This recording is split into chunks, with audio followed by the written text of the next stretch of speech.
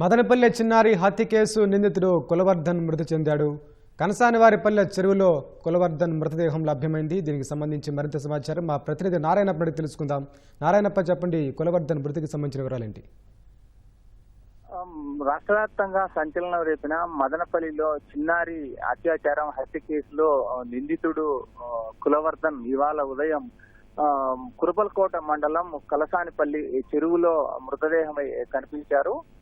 నిన్న ఉదయం చిన్నారి తాత అనుమానం వ్యక్తం చేయడంతో కులవర్ధన్ చిన్నారి కనిపించకుండా పోయే సమయానికి కులవర్ధన్ దగ్గర ఉన్నట్టు పోలీసులకు చిన్నారి తాత తెలియజేయడంతో నిన్న ఉదయం కులవర్ధన్ ఇంటి తలుపులు బద్దలు కొట్టి పోలీసులు ఇంట్లోకి వెళ్లారు. ఆ సమయంలో తలుపులు పగలగొట్టి లోపలికి వెళ్లే సమయంలో అప్రమత్తమైన కులవర్ధన్ పోలీసులకు దొరకకుండా తప్పించుకుని వెళ్ళిపోయాడు. ఆ సమయంలో ఇంట్లో గాలించడంతో నీటి డ్రమ్ములో చిన్నారి శవమై కనిపించింది. ఈ సమయంలో అతని కోసం పోలీసులు గాలింపు చర్యలు చేపట్టారు.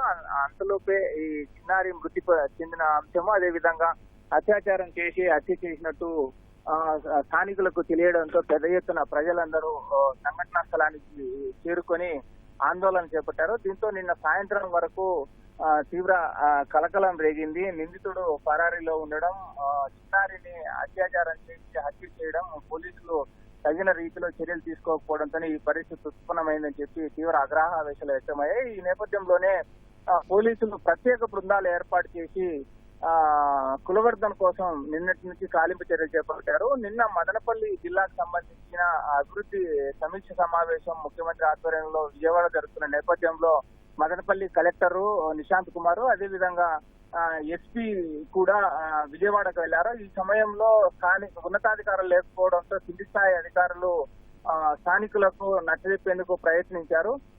ముఖ్యమంత్రి ఆదేశాల మేరకు, అదేవిధంగా ఉన్నతాధికారులు విజయవాడ నుంచి అమరావతి నుంచి ఉన్నతాధికారుల ఆదేశాల మేరకు కడప ఎస్పీ నచ్చచేత విశ్వనాథ్ మదనపల్లికి చేరుకొని వారితో మాట్లాడి వారికి నచ్చజెప్పారు. నిందితుడిని 24 గంటల్లోనే అరెస్ట్ చేస్తామని చెప్పి, తగిన న్యాయం చేస్తామని చెప్పి వాళ్లకు హామీ ఇవ్వడంతో స్థానికులకు, అదేవిధంగా చిన్నారి కుటుంబ సభ్యులకు వారు శాంతించారు. ఆ సమయంలో నిన్న సాయంత్రం 6 గంటల సమయంలో చిన్నారి మృతదేహాన్ని హాస్పిటల్ తరలించి పోస్ట్ మార్టం నిర్వహిస్తున్నారు. ప్రత్యేక బృందాలు ఏర్పాటు చేసి గాలింపు చర్యలు చేపట్టారు నిన్న రాత్రి అంతా.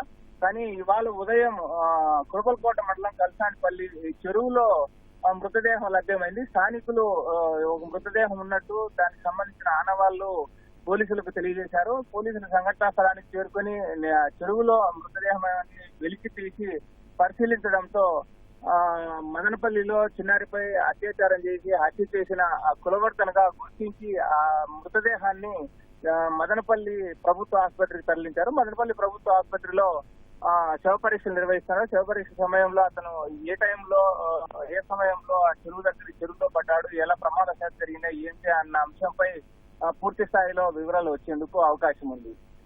స్థానికులు నిన్న ఆందోళన చేయడం, అదేవిధంగా ఇవాళ ఉదయం కులవర్ధన్ మృతదేహమై కనిపించడంతో చిన్నారి అత్యాచారం చేసి హత్య చేసిన కేసులో న్యాయం జరిగిందన్న అభిప్రాయం కూడా స్థానికంగా వ్యక్తమవుతుంది. ధన్యవాదాలు నారాయణప్ప.